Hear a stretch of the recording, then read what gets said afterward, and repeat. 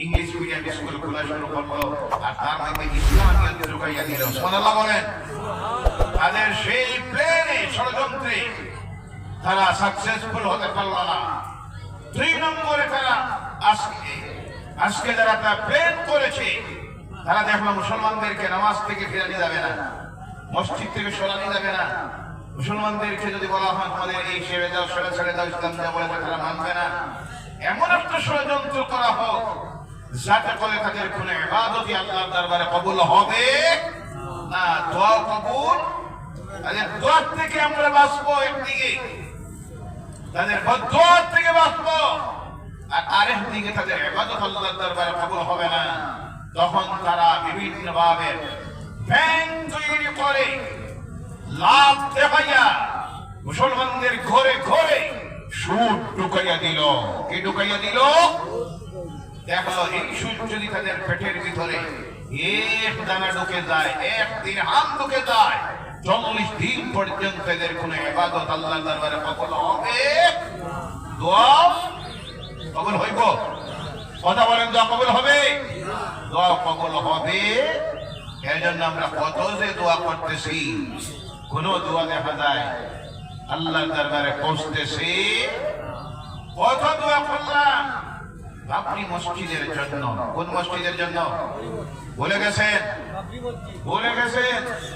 বলবেন না, মনে থাকো, আগামী দিনে কাজে লাগবে ইনশাআল্লাহ। বলেন ইনশাআল্লাহ। মসজিদুল আকসার জন্য, ফিলিস্তিনের মুসলমানদের জন্য, যারা বিশ্ব মুসলমান দোয়া করতেছে, কিন্তু জালিমেরা এখন পর্যন্ত 29,000-এর মতো নিরপরাধ মুসলমান মা বোনদেরকে, জান্নাতের ফুল কচিকাঁচা বাচ্চাদেরকে শহীদ করে দিতেছে। আল্লাহ সাহায্য এখনো আসতেছে। তার কারণ রিজেকে বেজাল, খাইতে বেজাল, হারাম ঢুকেছে, ইবাদত কবুল হচ্ছে না, দোয়া আল্লাহ দরবারে কবুল হচ্ছে না। ভাইরা আমার বলতেছিলাম, আল্লাহর ভয় অন্তরে যদি মানুষের চলে আসে, সেই মানুষ আল্লাহর নাফরমানি করা সম্ভব হবে না।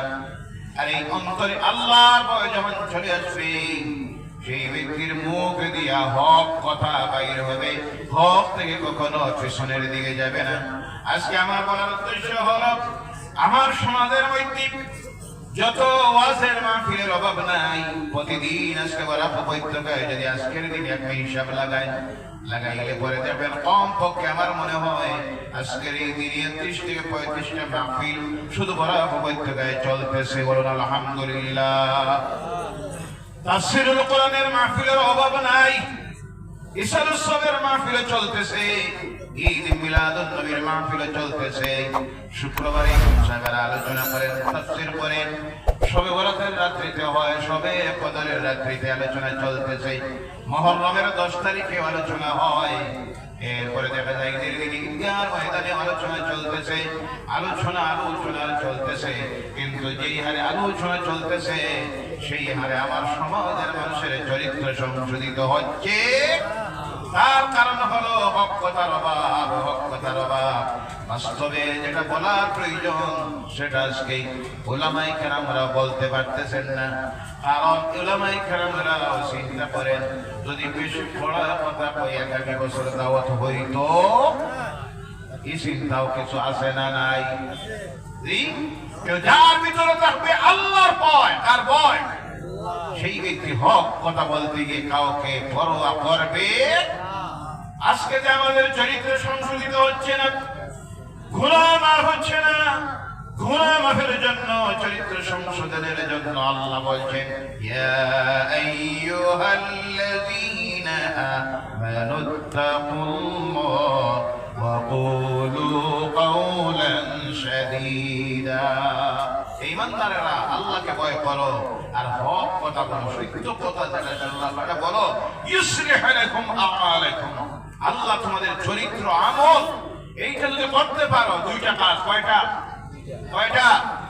আল্লাহকে যদি ভয় করতে পারো আর যদি হক কথা বলতে পারো, তাহলে আল্লাহ তোমাদের আমল চরিত্র সংশোধিত করে দিবেন। আল্লাহ তোমাদের জীবনের গুনাহ মাফ করে দিবেন। বলেন সুবহানাল্লাহ। কথা কার? জোরে বলেন কথা কার? আমল চরিত্র যদি সংশোধিত হইতে হয়, গুনাহ থেকে নিজেকে মুক্ত যদি করতে হয়, তাহলে সমাজের প্রত্যেকটি ব্যক্তি, শুধু পীর সাহেব না, ইমাম সাহেব শুধু না, আলিম সাহেব নয়, সমাজের নেতৃস্থানীয় যারা, সমাজের দায়িত্বশীল যারা, মুরব্বী যারা, মসজিদে কমিটির কর্মকর্তা যারা, মহল্লা দায়িত্বে যারা, প্রত্যেকের হক কথা বলতে হবে। কথা ঠিক কিনা? যদি হক কথা সমাজে আমরা বলা প্রত্যেকে শুরু করে দেই, একদিন আসবে আমার সমাজে আল্লাহর নাফরমানির কাজ থাকবে। ও আমার ভাইরা বলতেছিলাম, রিজিক আল্লাহ পাক সেখানেও দেয়। মাতৃগর্ভের মধ্যে রেখে দিল, ওই মায়ের গর্ভ থেকে জমিনে যখন আসলাম, রিজিকের ব্যবস্থা দিল কে? আরো জোরে বলেন কে? আধুনিক বিজ্ঞান বলেছিলাম, আধুনিক বিজ্ঞানের যত উন্নতি হচ্ছে, আল্লাহর এই কালাম কোরআনুল কারীম বোঝা মানুষের জন্য আরো সহজ হয়ে যাচ্ছে। আধুনিক বিজ্ঞান আজকে কি প্রমাণ করতেছে, একটা বাচ্চা যখন তার মায়ের গর্ভ থেকে জমিনে আসে, আসার পরে ওই মায়ের স্তনের মধ্যে যে দুধ আসে, এই দুধের পরবর্তী জীবনে মায়ের যে দুধটা বক্ষণ করে 4-6 মাস পরে, সেটা আর ওই দুধের মধ্যে ব্যবধান ইলেকট্রিসিটি তারা এই সময় যে দুধটা পান করে, এই দুধের মধ্যে থাকে অ্যান্টিবায়োটিক ঔষধ, সুবহানাল্লাহ নাই? এর মধ্যে থাকে ভিটামিন, এর মধ্যে থাকে প্রোটিন। কি শুকরিয়া আল্লাহ আদায় করবেন, আমার আল্লাহ দেখতেছেন ওই বাচ্চাটা ছিল এমন এক জায়গায়, ফি করারিন মাকিন, এমন এক জায়গার মধ্যে ছিল যেখানে সূর্যের আলো নাই, চন্দ্রের আলো নাই, দুনিয়ার বাতাস তার গায়ের মধ্যে লাগে নাই, দুর্বল দেহ, পাতলা চামড়া। মায়ের গর্ভ থেকে জমিনে যাওয়া মাত্র যদি দুনিয়ার বাতাস গায়ের মধ্যে লাগে, পানি গায়ে লাগে, অসুস্থ হওয়ার সম্ভাবনা আছে। তাই আল্লাহ, তোমার আমার আল্লাহ, আমরা এই জমিনে আওয়ার আগে আল্লাহ ঔষধের ব্যবস্থা করে রাখলেন আপনার আমার মায়ের স্তনের ভিতরে। সুবহানাল্লাহ নাই? কি শুকরিয়া আল্লাহ আদায় করবো, কি শুকরিয়া আদায় করবে, কি নিয়ামতকে অস্বীকার করবে। এর জন্য তো আল্লাহ বারবার নিয়ামত গুলির কথা উল্লেখ করতেছেন আর জিজ্ঞাসা করতেছেন, ফাবিআইয়ি আলাই রাব্বিকুমা তুকাজ্জিবান। সেখানে আল্লাহ রিজিক দিল, জমিনে আসলাম, আসার পরে যদি সেই আল্লাহ আদেশের নিষেধ মেনে এই জমিন থেকে চলে যাইতে পারেন, আল্লাহর সঙ্গে গভীর সম্পর্ক লাগাই যদি যাইতে পারেন, মুত্তাকি যদি হয়ে যাইতে পারেন, ওই মুত্তাকির নামই হলো তো আল্লাহর ওলি, আল্লাহর বন্ধু। বলে সুবহানাল্লাহ। মুত্তাকি ছাড়া আল্লাহর বন্ধু ওলি হওয়া যায় না। আর ওই মুত্তাকিরা যখন জমিন থেকে বিদায় হয়, আল্লাহ সেখানেও তাদের রিজিকের ব্যবস্থা রাখে। বলে সুবহানাল্লাহ। এর জন্য আল্লাহ বলছেন, ওয়ালা তাহসাবান্নাল্লাযীনা কুতিলু ফী সাবিলিল্লাহি আমওয়াত বাল আহইয়াউন ইনদা রাব্বিহিম ইউরযাকুন। বলে আল্লাহু আকবার। ঘুমাই গেছেন আপনারা? যাইতা গিনি ইগুল যে হালত আর আপনার ওই হালত জানতো শেষ। জোরে বলেন আল্লাহু আকবার, আরো জোরে বলেন আল্লাহু আকবার। আল্লাহর রাস্তায় যারা তাদের জীবনটাকে উৎসর্গ করে দেয়, এখানে শুধু জিহাদের ময়দানে নয়, মুফাসসিরিন কিরাম যারা, কোরআনের ব্যাখ্যাকারী যারা, সবচেয়ে বড় মুফাসসিরুল কোরআন যিনি রাইসুল মুফাসসিরিন হযরত ইবনে আব্বাস রাদিয়াল্লাহু তাআলা, আব্বাসের পুত্র, বাপ বা দুইজন একই জায়গায় শায়িত। আল্লাহ যদি তৌফিক দেয়, এটাকে তৌফিক দিয়ে সবাই বলেন আল্লাহুম্মা আমিন। মক্কাতুল মুকাররমায় গেলে পরে তাইফের সফর করবেন, মক্কা থেকে 120 কিলোমিটার দূরে। আপনাদের দোয়ায় আমি যখন প্রতি বছর যাই, সেই পিতাপুত্রের দুইজনের মাজারের কবরের কিনারায় গিয়ে দাঁড়াই আর তাদের কবর জিয়ারত করি। সর্বশ্রেষ্ঠ যিনি কোরআনের প্রথম ব্যাখ্যাকারী, যিনি হলেন আব্দুল্লাহ ইবনে আব্বাস রাদিয়াল্লাহু তাআলা। আব্বাসের পুত্র, আল্লাহ রাসূলের চাচাতো ভাই আব্দুল্লাহ, তিনি এই আয়াতের ব্যাখ্যার মধ্যে নিয়ে লিখতেছেন, শুধু আল্লাহর দ্বীনের রাস্তায় যারা শহীদ হয়, রক্ত দিয়ে কল্যাণে তারা না, আল্লাহর দ্বীনের জন্য যারা তাদের জীবনটাকে উৎসর্গ করে দেয়, যারা আল্লাহর সন্তুষ্টির জন্য তাদের জীবনটাকে উৎসর্গ করে দেয়, তৎসঙ্গে যারা জমিনে আল্লাহর আদেশ মেনে চলে, আল্লাহর নিষেধ মেনে দুনিয়ার জিন্দেগিটাকে অতিবাহিত করে দেয়, ওরা যখন মারা যায় তাদেরকে তোমরা মৃত মনে করিও না, আল্লাহর পক্ষ থেকে তাদেরকে রিজিক দেওয়া হয়। সুবহানাল্লাহ। প্রশ্ন আগে আসলেই পরে আগে আল্লাহ উত্তর রেডি করে রেখে দিয়েছে, এদেরকে মৃত মনে করিও না। তখন মানুষের মনে আসে এরা তো মৃত না হয়, কবরে তো জিন্দা হয়। রিজিকের দরকার আছে না নাই? রিজিকের দরকার আছে না নাই? আল্লাহ নিজে আল্লাহর সঙ্গে সঙ্গে প্রশ্ন হওয়ার আগে আল্লাহ উত্তর রেডি করে রেখে দিয়েছেন। আমি যে বলছি এটা জীবিত, তোমরা ভাবতে পারো জীবিত হয়ে রিজিক কোথায়? আল্লাহ বলছেন যে রিজিকের ব্যবস্থা আমি আল্লাহ করে দিই। বলে সুবহানাল্লাহ। এমন একটা জীবন আমরা চাই কি চাই না? এমন একটা জীবন চাই কি চাই না? দুনিয়ায় হবে শান্তির জীবন, পরকালে হবে শান্তির জীবন, কবরে হবে শান্তির জীবন। পরকালীন জীবনে চিরস্থায়ী বাসস্থান, যার চাইতে উত্তম কোন জায়গা হতে পারে না, যার নাম হলো আল্লাহর জান্নাত। সেই জান্নাতে আমরা যাইতে কারা কারা চাই? একটাবার দু হাত তুলেন আর বলেন নারায়ে তাকবীর, নারায়ে রিসালাত। আল্লাহ আমাদেরকে সেইভাবে আমল তৈরি করার তৌফিক যেন দেয়। সকলে বলেন আল্লাহুম্মা আমিন। ওয়া মা আলাইনা ইল্লাল বালাগ ওয়া আখিরু দাওয়ানা আলহামদুলিল্লাহি রাব্বিল আলামিন। আল্লাহুম্মা আমিন। রব্বানা যালামনা أنفسنا وإن لم تغفر لنا وترحمنا لنكونن من الخاسرين.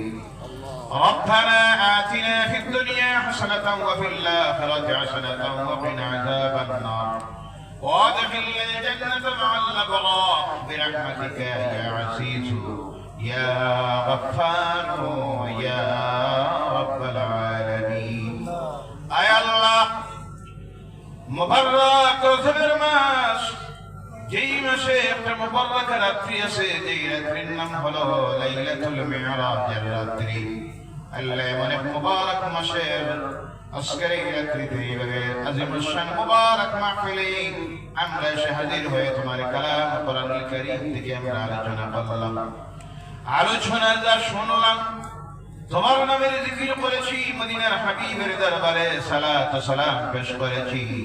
তৎসঙ্গে আল্লাহ এই ইসার সবের মাহফিলের আয়োজন করতে গিয়ে তোমার যত বান্দারা বান্দিরা হাজার হাজার টাকা পয়সা দিয়ে সাহায্য করলো, মুখ দিয়ে সাহায্য করলো, সুপরামর্শ দিয়ে বিভিন্ন ভাবে সহযোগিতা যারা দিল, আল্লাহ সমস্ত কিছুকে তুমি কবুল আর মঞ্জুর করে নাও। এর সবটুকু সর্বপ্রথম মদিনার হাবিবের নূরানী রওজা মুবারকে পৌঁছাইয়া দেও আল্লাহ।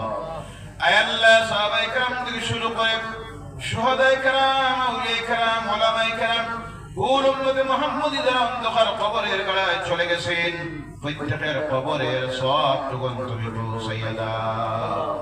বিশেষ করে আল্লাহ দূর দূরান্ত থেকে অনেক নবী প্রেমিক, রাসূল প্রেমিক, ওলি প্রেমিকেরা এই মাহফিলে এসে হাজির হয়েছেন। আল্লাহ প্রত্যেকের জীবনের সমস্ত গুনাহগুলি তুমি মাফ করে দাও। আয় আল্লাহ, আপনাদের হাত তুলেছি তোমার দরবারে, যারা আমাদের অনেকের মা এই দুনিয়ায় নাই, অনেকের আব্বা এই দুনিয়ায় নাই। আল্লাহ আমাদের যাদের মা বাপ অন্ধকার কবরের গাড়ায় চলে গেছেন, আল্লাহ সেই মাহফিলটা তাদের সকলের জন্য নাজাতের জরিয়া বানাইয়া দাও। সেই সঙ্গে আল্লাহ তাদের মা বাবা জমিনে এসে হায়াত দারাজ করে দাও, সুস্থতার জীবনটা দাও। তৎসঙ্গে আল্লাহ আমাদের দাদা দাদি, নানা নানি, শ্বশুর শাশুড়ি, আত্মীয় স্বজন, বন্ধু বান্ধব, ভাই বোনেরা, প্রতিবেশীরা, মহল্লাবাসীরা, এই এলাকাবাসীরা অন্ধকার কবরে যারা চলে গেছেন, আজকের এই সবের মাহফিলটার ওসিলায় তাদের জীবনের গুনাহগুলি তুমি মাফ করে দিয়ে তাদের কবরগুলিকে জান্নাতুল ফিরদাউসের টুকরা বানাইয়া দাও। আয় আল্লাহ, তোমার নেক বান্দাদেরকে নিয়ে তোমার দরবারে হাত তুলেছি, ডানে বামে সামনে আমি দেখতেছি অগণিত তোমার হাবিবের ওয়ারিসেরা, উলামায়ে কেরামরা হাত তুলেছেন, হুফাজুল কোরআন, কুররাউল কোরআন। আল্লাহ তাদের চেহারার দিকে চেয়ে বসে থাকলে আমল নামায় নফল ইবাদতের সওয়াব হয়ে যায়। এইভাবে তোমার নেক বান্দাদেরকে নিয়ে তোমার দরবারে হাত তুলে আরাধনা করতেছি। আল্লাহ আমাদের প্রত্যেকের দিলের নেক আশা বলে তুমি পূর্ণ করে দাও। যার যে সমস্যা আছে সমাধান দাও, যার যে অসুবিধা আছে এই সুবিধা দিয়ে বদলাইয়া দেও ইয়া আল্লাহ রব্বুল আলামিন। আমাদের প্রত্যেকের ইমানে বরকত দেও, আমলে বরকত দেও, ইজ্জতে বরকত দেও, রুজি রিজকের মধ্যে বরকত দেও ইয়া আল্লাহ। যতদিন জমিনে রাখো আল্লাহ বেইজ্জতির জিন্দেগি দিও না, পেরেশানির জিন্দেগি দিও না, দুশ্চিন্তার জিন্দেগি দিও না। আমাদের গুনার কারণে আল্লাহ জালিমদের জুলুমের হাতে রাখা বলা আমাদেরকে করিও না, চোর ডাকাতের হাতে ফেলাইও না, সন্ত্রাসীদের হাতে ছাড়িও না। আল্লাহ আমাদের জান মাল ইজ্জত আবরু বিবি বাচ্চা বাড়িঘর মসজিদ মাদ্রাসা কোরআন সব তোমার কুদরতের হাতে হাওয়ালা। তোমার রহমত দিয়ে তুমি হেফাজত করে নাও। আয় আল্লাহ সমাজের দায়িত্বশীল ব্যক্তি যারা প্রত্যেককে হক কথা বলার সৎ সাহসটা দেও ইয়া আল্লাহ। আমাদের সমাজে যত তোমার নাফরমানির কাজ ঢুকে গেছে আল্লাহ, যারা এইসব কাজে লিপ্ত তোমার গাইবী শক্তি দিয়ে তাদেরকে হেদায়েত করে দাও। আয় আল্লাহ এই জমিন থেকে যাওয়ার সময়টা যখন হাজির হবে ঈমানের উপর সাবিত কদম রাখিও রব্বুল আলামিন। ফিতনাপূর্ণ জমিন, ঈমান বাঁচানিটা বড় কঠিন। আল্লাহ সেই সময় আমাদেরকে তোমার হাবিবের জামাত, সাহাবায়ে কেরামদের জামাত, পূর্ববর্তী উলামায়ে কেরামদের জামাত, আউলিয়ায়ে কেরামদের জামাত, আহলে সুন্নাত ওয়াল জামাতের ঝান্ডাটার নিচে রেখে মোটটা দিও আল্লাহ। আয় আল্লাহ জীবনের শেষ সময় নূরের নবী নয়নের সামনে হাজির করে দিও, আর আমাদের জবানটা দিয়ে বারবার জারি করাইয়া দিও লা ইলাহা ইল্লাল্লাহু মুহাম্মাদুর রাসূলুল্লাহ। সুবহান রাব্বিকা রাব্বিল ইজ্জাতি আম্মা ইয়াসিফুন ওয়া সালামুন আলাল মুরসালিন ওয়ালহামদুলিল্লাহি রাব্বিল আলামিন।